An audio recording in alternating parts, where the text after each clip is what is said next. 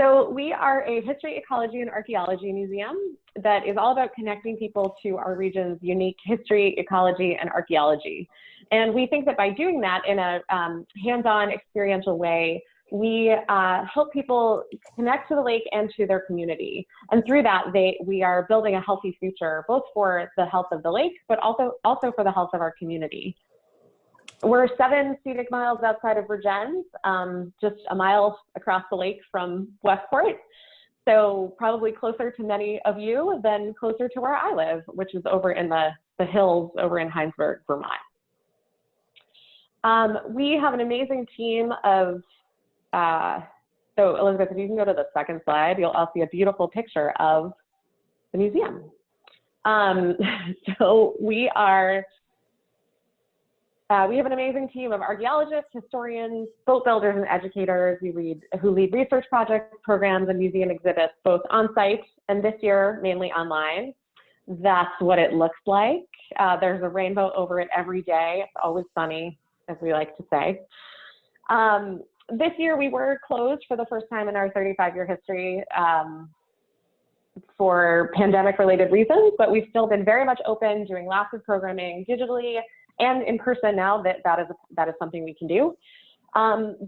So I invite you all to come visit us when we're open again, which hopefully will be next May, at the end of next May. It might look a little different than in years past, but our goal is to be open to the public next year. Before I get started, I want to specifically thank my colleagues that worked on this presentation with me, Eloise Beal, Emily Weber, Elisa Nelson, and Nat Harrison, and of course, Elizabeth Lee for being a fabulous colleague, and so for all of their research and work that has gone into this project.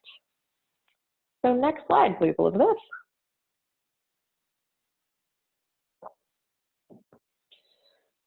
So 2020 marks 100 years since women received the right to vote and I will just apologize that there's some weird formatting on these that has happened through the transition, but that's the great image that you get to look at that we'll talk about in just a sec. That actually was this image is of a suffrage parade in Waterbury, Vermont in the early 1900s. So 2020 marks 100 years since women received the right to vote with the ratification of the 19th Amendment. And many say that it wasn't really given to us, but we fought to get it. And the 19th Amendment was the culmination of over 100 years of women fighting for access to the ballot at the national level. And suffrage was itself a complex movement that left out many women. Native American women actually weren't guaranteed the right to vote at the federal level until the 1965 Voting Rights Act. So while there is lots to celebrate about 100 years of suffrage, this is also a good anniversary to consider the complexities of any political movement and ask who was left out, and ask how we're still fighting to access voting rights today. So that would be a very interesting talk, but it's actually not what I'm going to be talking about tonight.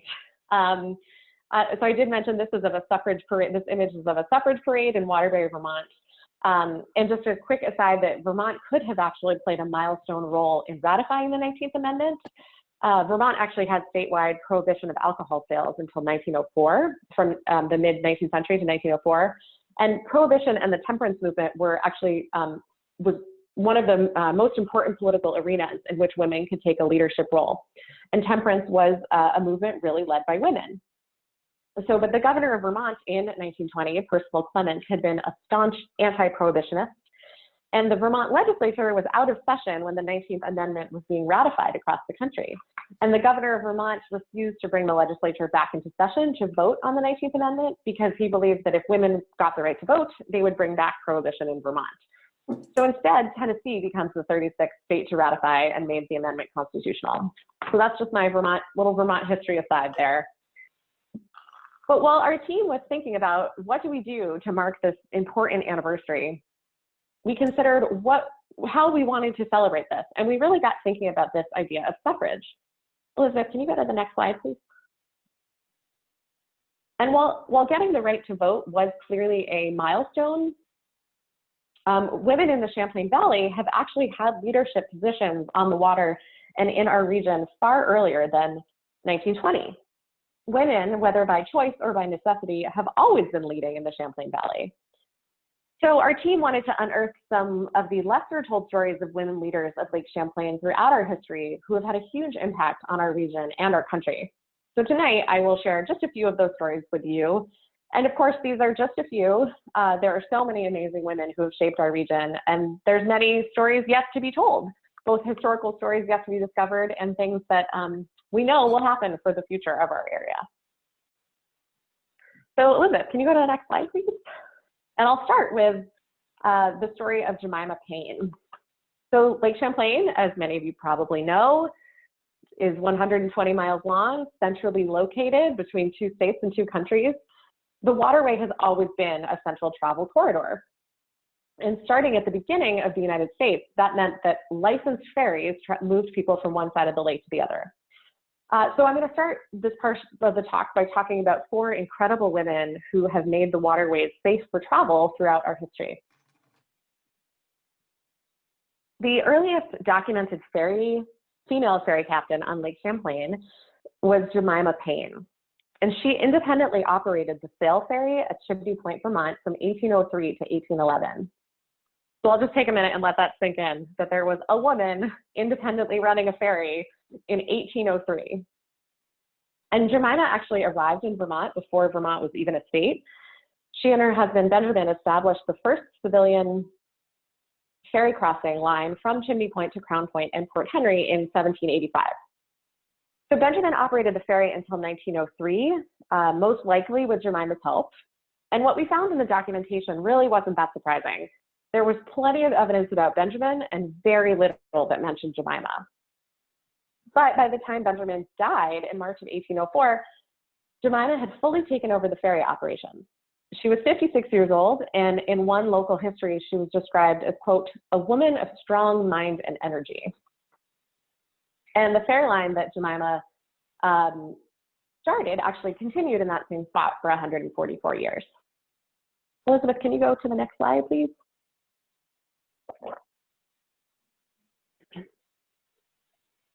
One of the best documented early female mariners on Lake Champlain is Philomene Daniels. Some of you may have heard of her. Philomene was actually the first woman in the United States to obtain a license as a master and pilot of a steam vessel. Philomene's husband, and I'll just stop and mention that many of these stories actually start with the husband and then end with the wife really ran the show. So that's just part of the story that we tell here. But Philomene's husband, Louis Daniels, started a passenger steamboat line in 1877 that ran from Vergennes, Vermont, down Otter Creek, across Lake Champlain to Port Henry and Westport, New York. The Daniels steamboat line became very popular, and Louis actually turned to Philomene to help him keep up with all of the business.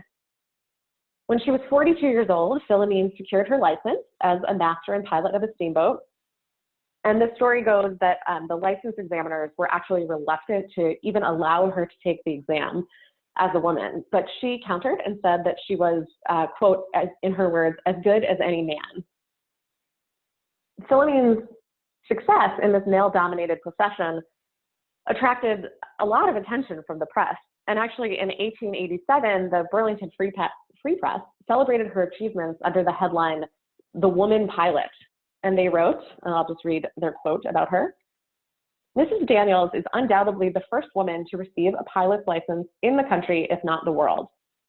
For the past 10 years, she has been at the helm of Water Lily," that was the name of her boat, "nearly all the time, both in calm and stormy weather, and has never met with a mishap." And I think that quote is so interesting because not only are they calling her out for being a woman, but they're saying, hey, she's a woman and that's remarkable, but even more remarkable, she's also good at her job. So I just think that's a funny quote that's both saying she's a woman and then has to make the case that like she's also managing to do it. So when Captain Louis Daniels dies in 1903, Captain Philomene Daniels, who was then 60 years old, continued to operate the Daniels line with her sons, Fred and Mitchell. And with Philomene's encouragement, Mitchell's wife, Helen, also received her pilot's license and joined the family operation at the age of 36 in 1903. And at that time, Helen had 5 children and actually went on to have 3 more. The Middlebury Register reported that, quote, "These 2 are the only women pilots in the United States known to be inspectors of Burlington." And the inspectors were the ones who were licensing the steamboat pilots. So Philomene is still remembered as being blunt and forceful, merry and adventurous, always impeccably dressed, and with a respected reputation and place in the Vergennes community. And her name is still one that you hear talked about in the town of Vergennes a lot. She still holds a real presence there. Elizabeth, can you go to the next slide, please?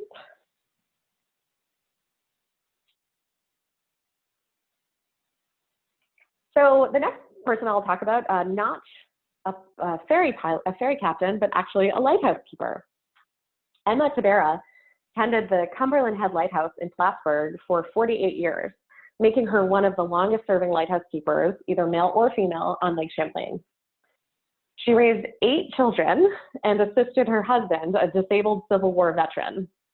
Emma's work had a tremendous impact on the community and survival of people in this maritime community.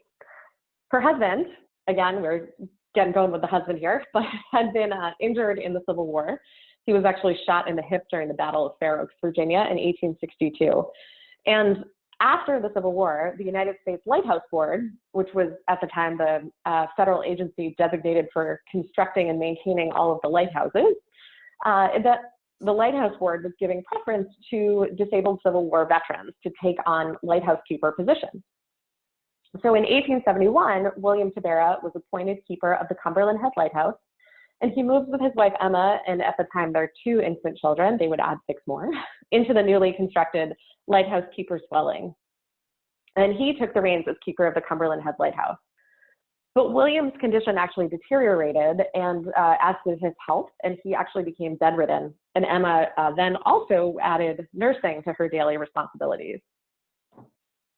So for over 30 years, Emma climbed the stairs of the 50-foot lighthouse tower every day to tend the light, while raising 8 children, keeping the family farm, and caring for her bedridden husband. And I will say that we were working on this project while we were kind of in the depths of the COVID quarantine. And I was working from home with my 2-year-old, 1 child, working from home, plenty of internet access. And learning about the story of Emma really helped me keep in check what I was dealing with. So on my kind of darkest days with child running amok, I often thought about Emma and how her situation was just really something to be remarkable. It was really remarkable. So when her husband William does actually die in 1904, the Lighthouse Board appointed Emma as keeper of the Cumberland Head Light Station in her own name. And this was a really big deal. They actually had to change the rules to even allow a woman to be the lighthouse keeper in her own name. And she continued in that post until 1919. So can you go to the next slide, please, Elizabeth? So while we were doing this research, and we actually, it wasn't even just this research, we all knew this, but we were lucky in our area that all of these stories are not just historical stories. We're lucky enough today to have several female ship captains leading commercial ferries on Lake Champlain. And one of them is Cindy Alsop. Cindy was the first woman on Lake Champlain to earn her 500-ton master's license. She joined Lake Champlain Transportation in 1977 and is today their senior female captain. Cindy grew up on a farm and told us that we interviewed her, told us that she enjoyed using tools her whole life and fixing engines. So when she graduated from high school, she took a summer job at the ferry company. While she was working there during the summer, Cindy was urged by her fellow ferry company staff to get her license and to stay. She apprenticed with Peggy Goodrich, who was LCT's first female captain. And this is actually a story you see among female leaders in our region time and time again, women mentoring other women. So by 1980, Cindy had earned her 100-ton inland master's and pilot's license and began to work as a relief captain. In 1988, she became a full-time employee and had logged enough hours 5 years later to upgrade her master's license to a 500-ton inland unlimited with a radar observer endorsement, which is very technical, but very important. And she became the first woman at LCT to be licensed for that much tonnage. And this new license made Cindy eligible to operate LCT's largest boats, including the diesel ferry Valcour. And as captain of Valcour, Cindy supervised a crew that included an engineer and 2 female and 2 male deckhands. And Captain Alsop now runs the ferry Cumberland. Her current apprentice is a deckhand who is working towards an operator's license. Can you go to the next slide, please, Elizabeth? So I just told you four amazing stories of some of the women who were at the helm of boats on Lake Champlain. But women just aren't just leading on boats. Some are also learning new things about the lake that are protecting it for the future. And some of the world's foremost freshwater scientists have worked on Lake Champlain, and their work has had an impact on what we know, how we know it, and how we're taking action to protect the lake for the future. When we were looking into who to research for this project, we actually crowdsourced ideas from our community on for who they believed had the most impact. And we got so many wonderful suggestions that really we could have just kept going on this for months and months and months. But today I'm just going to look at 3 of the scientists that we profiled. There's many more, as I said, and many more who are working in the field today. So I'll start with Emmeline Moore. Emmeline Moore was a prominent freshwater biologist who directed the first full lake biological survey on Lake Champlain in 1929. Dr. Moore earned her doctorate from Cornell in 1916. She taught at Vassar College and in South Africa before entering the field of public research in the New York State Conservation Department, where she worked for 25 years. She participated in research projects all over the world, and the New York Times credits her as one of the first women to enter the field of biological research, and she is reported to have identified more than 400 fish in New York waters over her career. She worked for the Bureau of Fisheries and was director of the New York State Biological Survey, where she directed the first full lake survey on Lake Champlain in 1929. She operated that survey out of a lab in Fort Henry, and it was really the first extensive scientific study of the habitat and fish populations in Lake Champlain. The study was part of a full state survey that examined more than 60,000 miles of New York State watershed. The effort lasted decades and was directed by Emmeline in its later phases as well. She became well known as an expert in water quality, pollution, and fish diseases long before the establishment of the field of freshwater science. And in fact, she was elected the first female president of the American Fisheries Society in 1927, which was grounded in a legacy of fisheries research in New York State. And today, the Emmeline Moore Award at the American Fisheries Society honors members who, quote, display a strong commitment to diversity issues and those who encourage greater involvement of underrepresented groups in fisheries science, education, research, or management. So for any of you who have been fishing or like fish in New York, chances are Dr. Moore was involved in identifying some of the fish that you know and know so well. Can you go to the next slide, please, Melissa?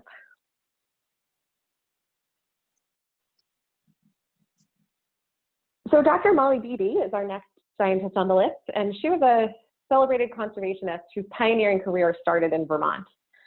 She was the first woman to direct the U.S. Fish and Wildlife Service and is yet another example of a woman leading in the Champlain Valley who went on to have major impacts in environmental science on the national level. She went to school at the University of Vermont and then went on to work at many Vermont-based organizations, including serving as the Deputy Secretary for the Vermont Agency of Natural Resources and as the first female commissioner of the Vermont Department of Forests, Parks, and Recreation. In 1993, Molly was appointed as the first woman to direct the United States Fish and Wildlife Service.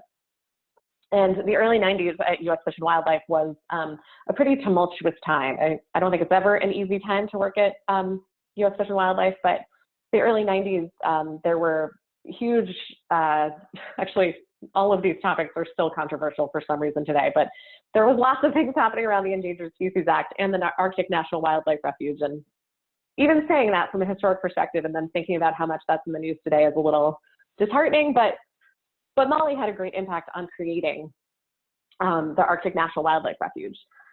So she also defended the Endangered Species Act in Congress and worked to expand the National Wildlife Refuge system across the country and championed holistic environmental conservation.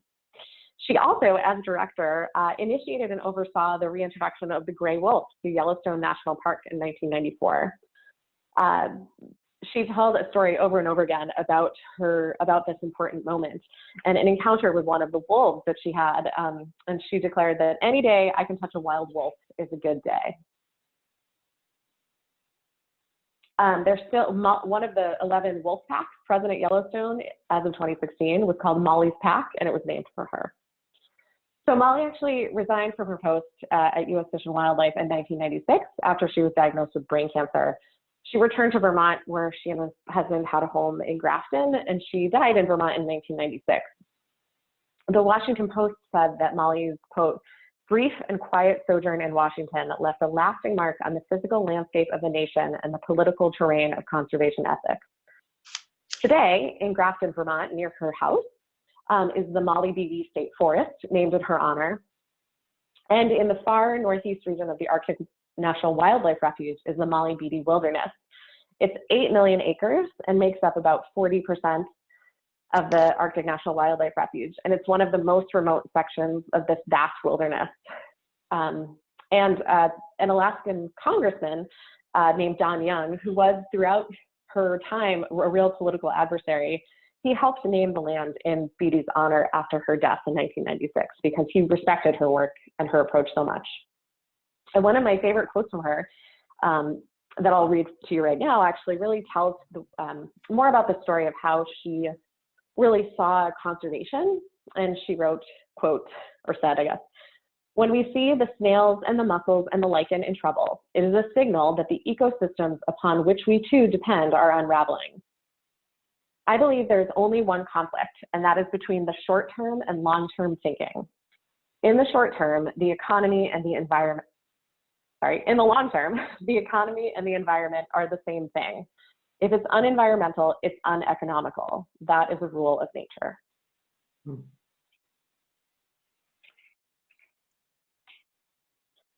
Can you go to the next slide, please, Elizabeth? She's just so amazing. And the final scientist I'll talk about tonight is Dr. Mary Watson, who's another groundbreaking scientist, an ecologist, and a professor who spent decades studying Lake Champlain at the University of Vermont. In 1998, Dr. Watson was appointed the founding director of the Rubenstein Ecosystem Science Laboratory at the University of Vermont, and she actually led research and partnership there for over a decade. And then she served as the dean of UVM's Rubenstein School from 2009 to 2012. Mary's work really shapes our understanding on the impact of invasive species on the health of the region's waterways. Her work at the Rubenstein School has influenced thousands of students, and her research on Lake Champlain was really wide-ranging, and she often worked with many partners in the world of environmental science. Some of her earliest research actually studied the impact of zebra mussels on the shipwrecks of Lake Champlain alongside the team from the Lake Champlain Maritime Museum. She earned her PhD in marine sciences from the University of North Carolina at Chapel Hill, and her bachelor's in science from the University of South Carolina. So we kept her cold for a while, but she actually did end up moving back to North Carolina in 2012 to take a position as the Dean of the College of Natural Resources at North Carolina State University. And in 2019, she stepped down to return to teaching and research. But between her time in Vermont and in North Carolina, she's really left a lasting impact on the study and teaching of watershed science. Her work in Vermont examined food webs of the lake, algae blooms, habitat within streams and their hydrodynamics, and non-point source pollution from farms and runoff. Her work continues to inform important environmental management decisions that are still being undertaken today. Can you go to the next slide, please?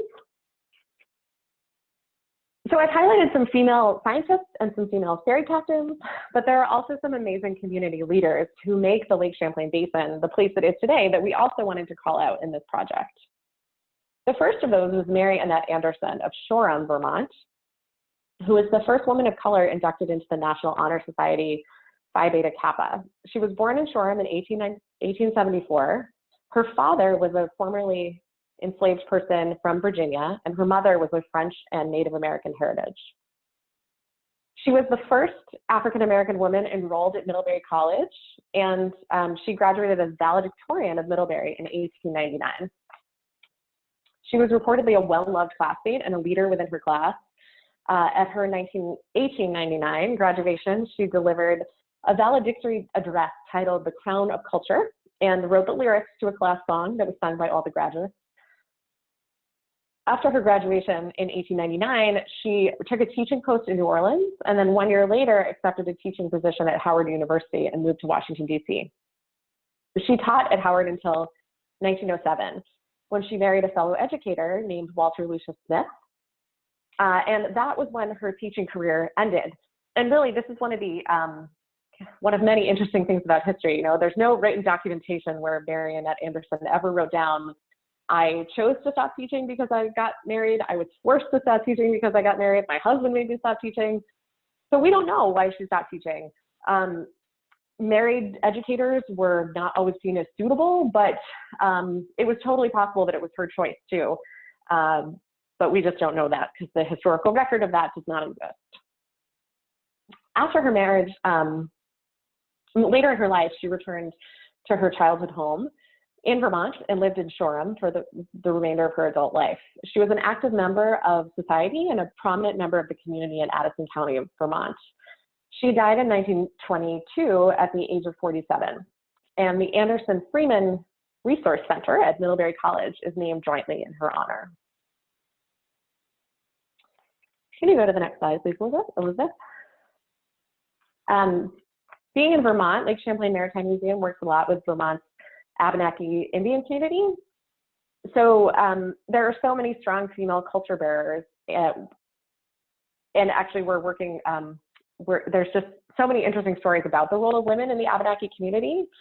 But one story that we wanted to highlight here was that of Jean Brink. She is a basket maker, a linguist, and a teacher who's had a tremendous impact on the preservation of Abenaki history, language, and heritage. So our team interviewed Jean for this project, and she shared that growing up, she heard older people speaking Abenaki and watched her great-grandmother and other relatives making ash, splint, and sweetgrass baskets. And then she actually went on to apprentice with an Abenaki basket maker from Odanak, Quebec. And since then, Jean has become really well known for her basket weaving. But before she got into basket making, her life really took a different direction. It wasn't until the late 80s that while studying business administration at Norwich University, that she enrolled in a class on contemporary Native American literature. Through that class, she said she became newly aware of her mother's collection of family artifacts and information that had really been in the background for her whole life. She became eager to learn everything she could about the language, literature, history, and culture of her people. And she changed her concentration to Native American studies and told us, quote, "Part of what I studied was basketry, and I realized that this tradition wouldn't continue if I didn't do something about it." So she earned a master's degree in Native American Studies from Norwich, and she went on to co-author a Western Abenaki language guide with ethnographer and linguist Gordon Day. And in 2019, she was awarded an honorary doctorate from Middlebury. Jean has mentored 26 basket making apprentices, and her work can be found in interviews at the Vermont Folklife Center, in her book, The Western Abenaki Language Guide, and in another book called Malian Song that she co-authored with another Abenaki scholar named Margaret Bruchak. Can you go to the next slide, please? And to wrap up, I'll talk about the Adirondacks' own Inez Mulholland. Inez Mulholland was a leading figure of the early 20th century suffrage movement, and she was from the New York shores of Lake Champlain. Inez came from a well-to-do family who spent their summers at their property in Lewis, New York.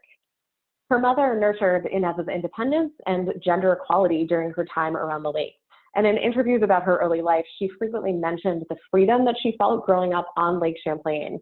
She talked about running barefoot on the beach a lot with boys, and there was something about being on the shores of the lake and in the Adirondacks during that time of her life where she felt like she was not constricted by the boundaries of expectations of gender. So as an adult, so I don't know if that's still the case in the Adirondacks around the shores of Lake Champlain, but I like that idea that there's a certain freedom from being on the shores of Lake Champlain that really imbued this amazing leader for her whole life. So as an adult, she became an accomplished labor lawyer and participated in the 1913 suffrage march in Washington. and other suffrage events that were coordinated by suffragist Alice Paul. So Inez really became one of the faces of the movement. The ideal of a crusader for suffrage clad in armor astride a white horse, which you can actually see in this photo right here, that image had been used for many women's movements, actually in the 19th century. And when Alice Paul and Inez Milholland were thinking about how to make the 20th century suffrage movement modern, they wanted to take this trope, but then reinvigorate it for a new century, branding it with a youthful movement, taking this new youthful movement and then branding it with this older idealistic imagery. So Inez traveled the country, giving speeches about suffrage, and she actually tragically died in 1916 at the age of 30 while campaigning for suffrage in California. She collapsed after giving a speech and then died the next day of anemia.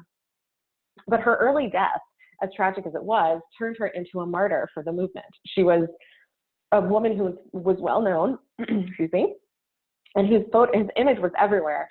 And when she did die, she died doing what she felt passionately about. And the message became, if there was this young woman who was from a privileged background, who was willing to give up everything and actually die for the cause of suffrage, it would inspire other people to join the movement as well. Inez was also a strong supporter of African American equality. Both she and her father were active members of the NAACP.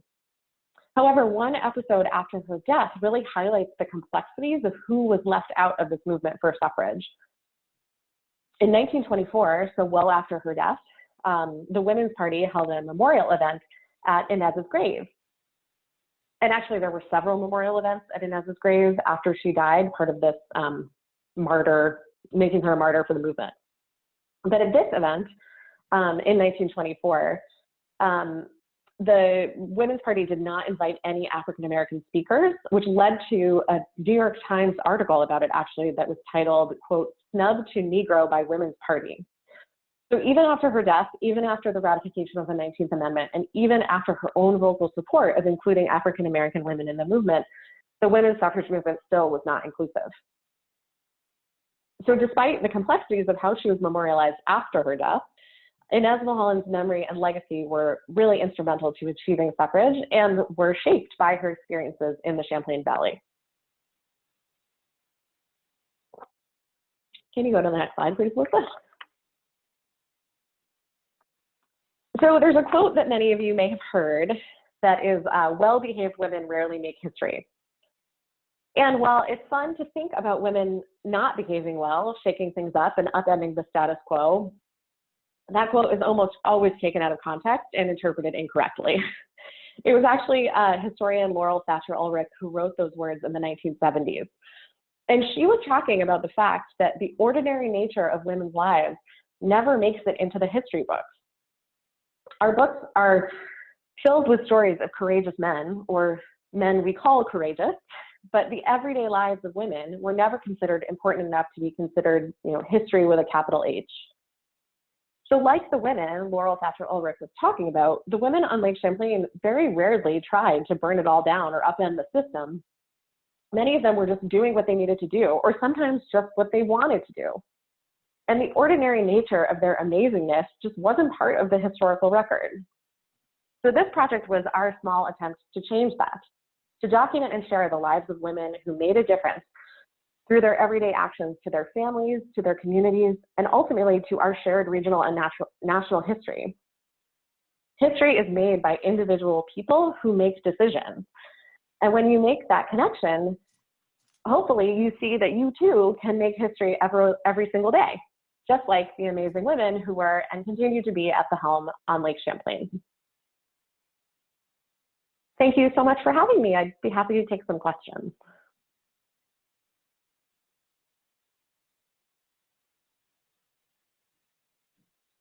Thank you so much, Susan. This has been really, really interesting. And because I was sharing my screen and did not want to distract everyone else watching the screen, I was not following the chat, so I'm going to try and go back and pick up questions, and I'll see if I can get. I'll try and get them all. We should have time.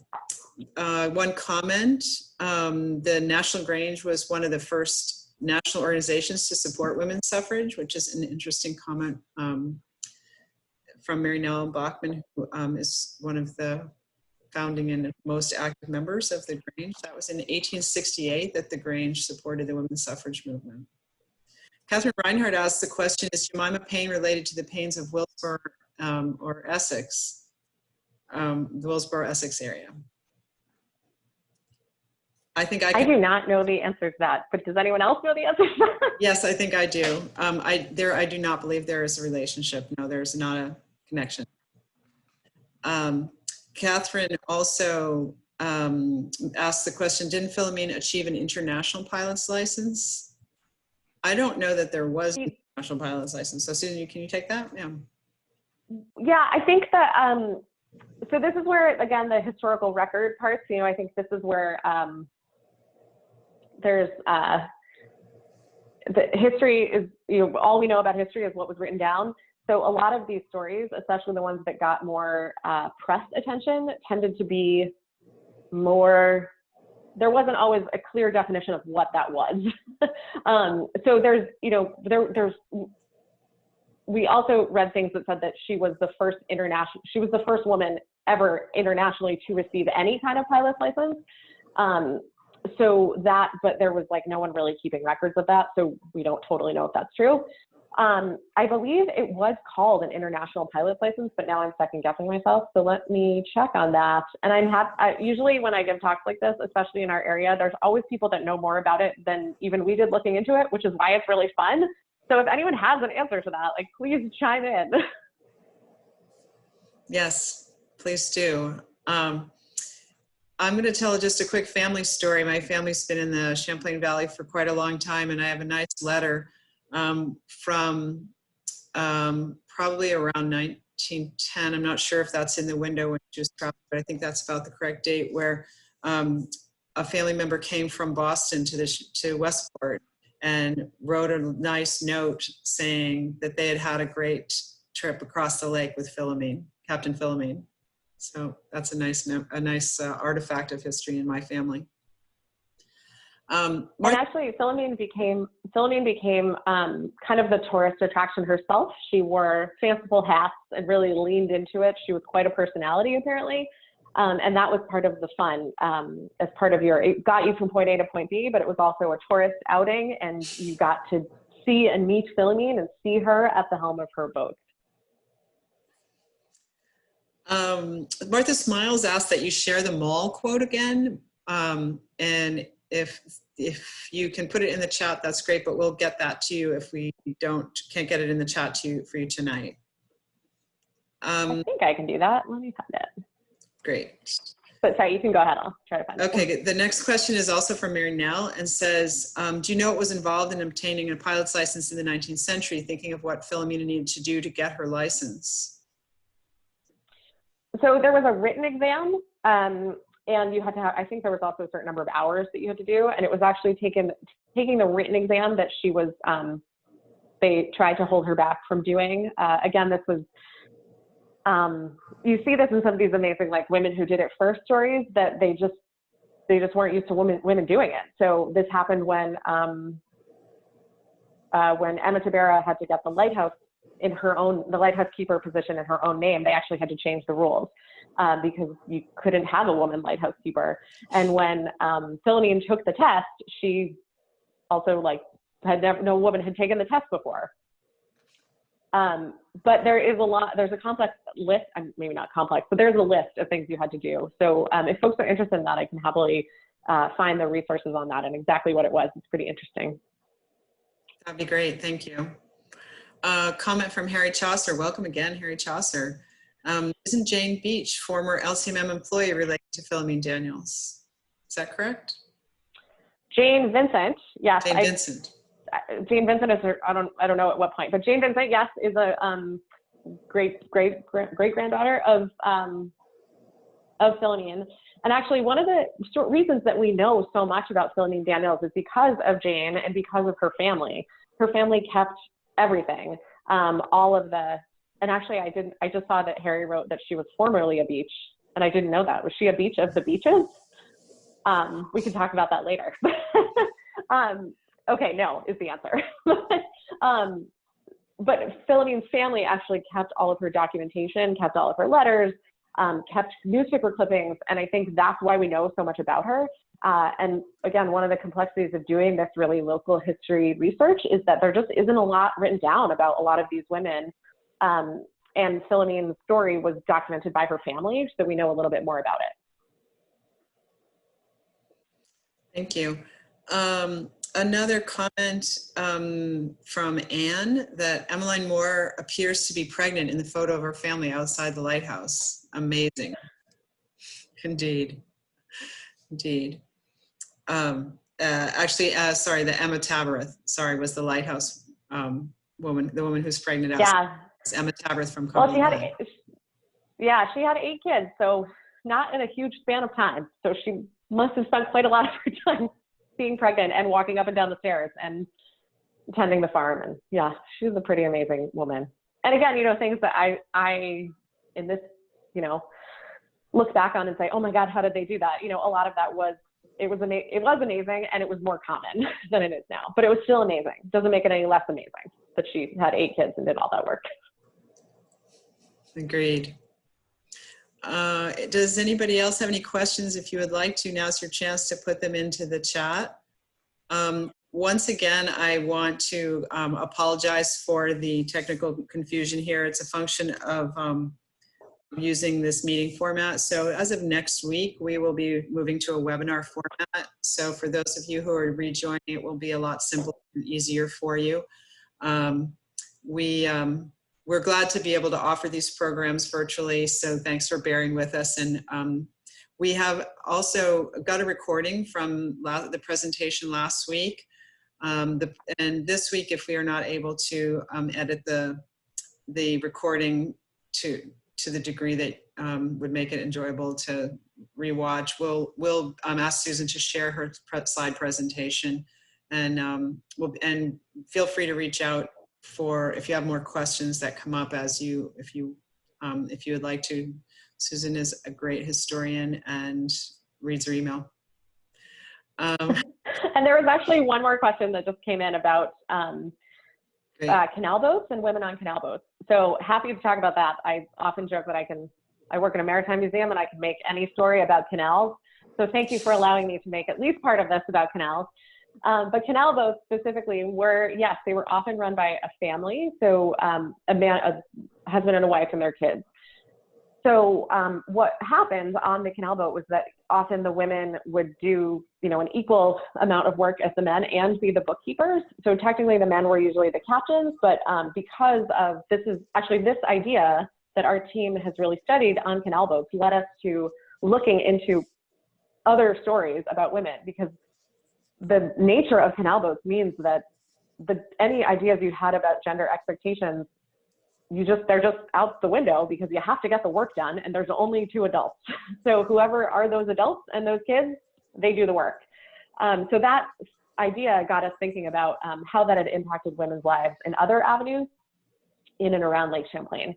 So for sure, women on canal boats played a huge, huge role in all kinds of labor, household labor, child rearing labor, manual labor, boat labor. They really did it all.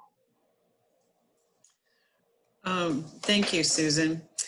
It is about time for us to wrap up. I want to make another local note, which is that 20 years ago when I moved back to this area, some of the first people I met were women who are in incredible local leadership positions, and many of them are, or several of them are on this phone call. Sue Reeser, who was on the school board, Carolyn Thompson, who taught dance for 25 or 35 years, to young people all over this town. Shami McCormick, who founded and ran the Depot Theater for 25 years. I know others of you too who have contributed so much to communities, and there's very little record of any of these lives. But day-to-day leadership is alive and well in our town and in the Champlain Valley. And so I just want to make that shout out to your lives and your work.